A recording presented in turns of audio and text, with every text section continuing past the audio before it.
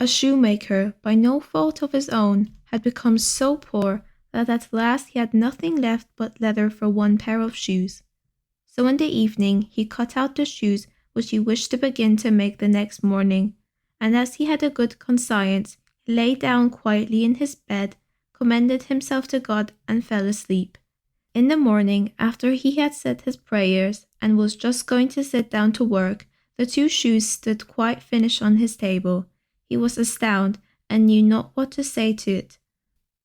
He took the shoes in his hands to observe them closer, and they were so neatly made that there was not one bad stitch in them, just as if they were intended as a masterpiece. Soon after, a buyer came in, and as the shoes pleased him so well, he paid more than them that was customary, and with the money the shoemaker was able to purchase leather for 2 pairs of shoes.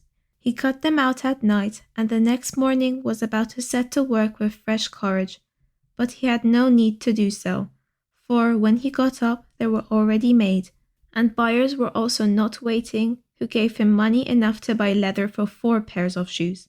The following morning, too, he found the 4 pairs made, and so it went on constantly. What he cut out in the evening was finished by the morning, so that he soon had his honest independence again, and that at last became a wealthy man. Now it befell that one evening not long before Christmas, when the man had been cutting out, he said to his wife, before going to bed, "What do you think if you were to stay up tonight to see who it is that lends us this helping hand?" The woman liked the idea and lighted a candle, and then they hid themselves in a corner of a room behind some clothes which were hanging up there, and watched. When it was midnight, 2 pretty little naked men came, sat down by the shoemaker's table, took all the work which was cut out before them, and began to stitch, and sew, and hammer so skillfully and so quickly with the little fingers that the shoemaker could not turn away his eyes for astonishment. They did not stop until all was done, and stood finished on the table, and they ran quickly away.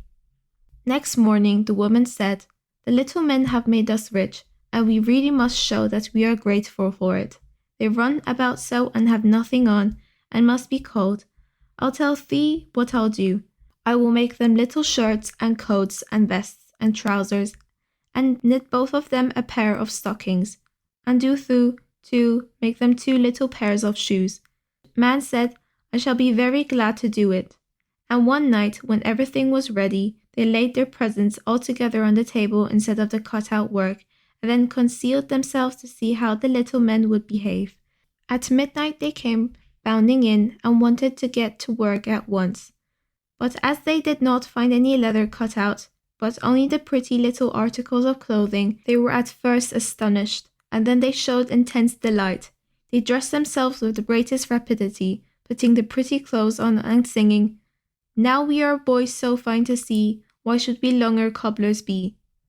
Then they danced and skipped and leaped over chairs and benches. At last they danced out of doors.